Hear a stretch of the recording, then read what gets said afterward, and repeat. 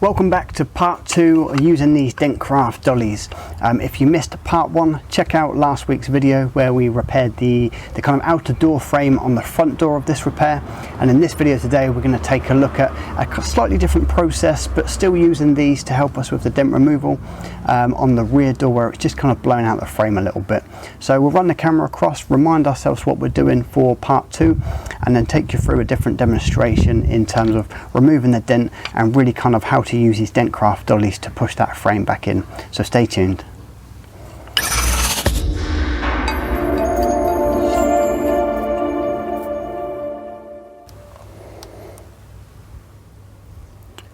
So here we have the dent on the rear door, and if we get the camera right, you can hopefully just pick out just here where that light line is and the reflection.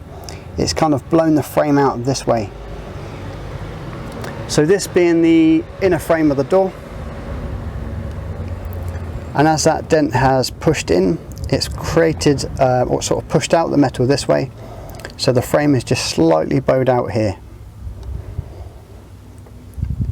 Now depending on how we remove this dent, it might pull that frame in by itself anyway, so I'm going to probably try and glue pull this, in which case there's a chance it might pull the frame in because it's not too badly damaged.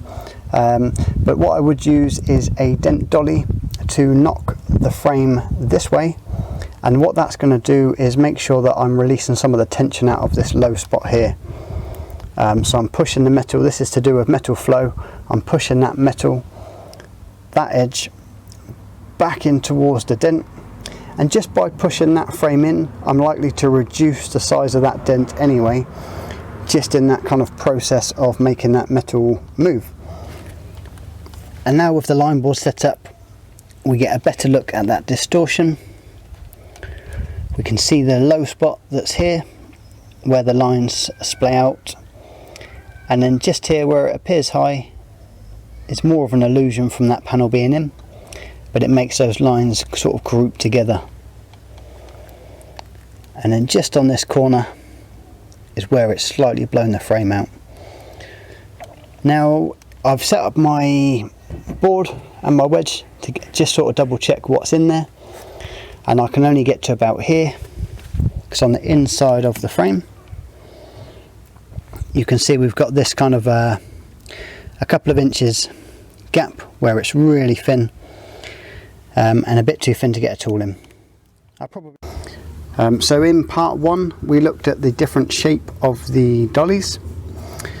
So for example, this red one here, you can see the way the curve or how curved it is, and whilst you could use it, it wouldn't be my preferred choice because there's just a little bit of room for slip, and also just to focus on that particular area, which is what it's designed for.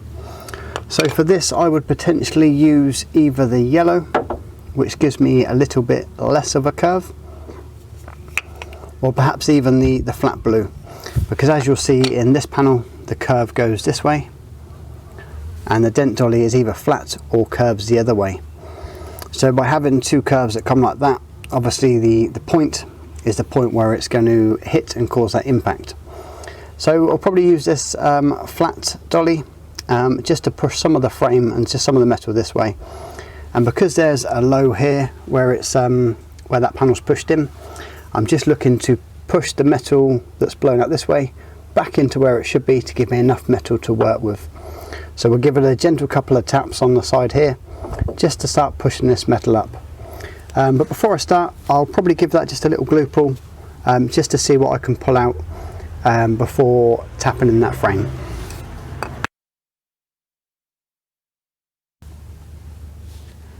And then with that glue pull, I've pulled out some of that dent there.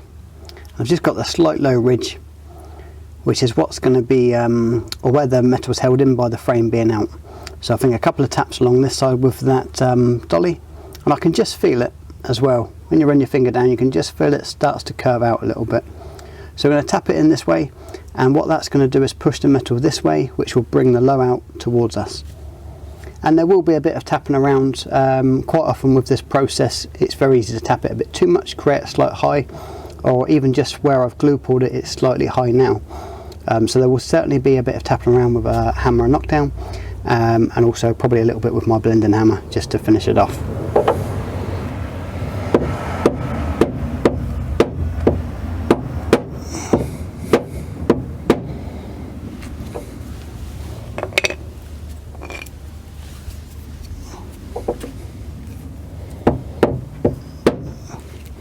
Now I'm switching to the yellow one because I can see from my angle there's a low here and a little bit here.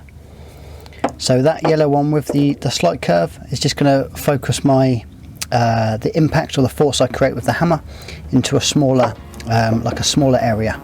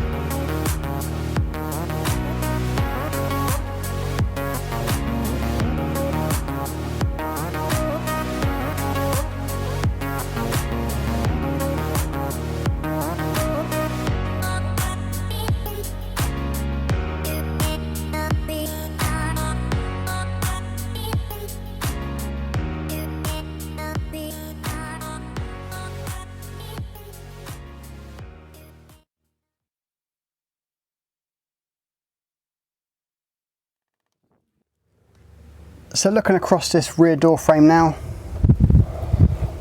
we've got a big part of the dent out, and you can see I've just got this little kind of low spot here as well, which I'm going to tap around, probably glue pull, do a bit more tapping with the Dentcraft Dollies too. Looking back in hindsight, perhaps I should have started with the dolly on that inside edge rather than starting with the glue pull. But I'm not 100% sure. It's just kind of reflection now that I've got to this point of the repair. So that would be another option, starting with the dent dolly first to put the frame back into shape rather than the glue pull. But I chose the glue pull to kind of reduce as much as I could first, to then kind of see how much I needed to work the door frame. So the majority of that dent is out. A bit of tapping around, and we'll just finish off that last little low.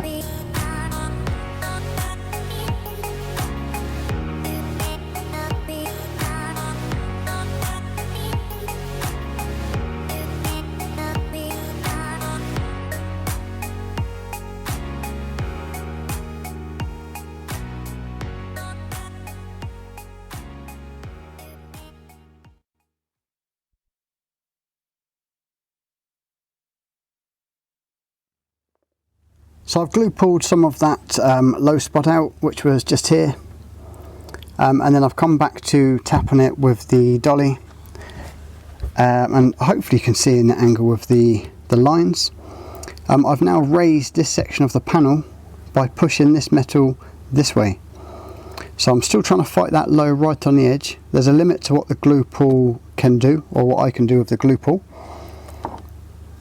So by tapping it again this way with the dolly, I've pushed the metal into the door, which has created a high, and now I'm going to tap down that high and gently push back the metal into that low spot, back into where it should be.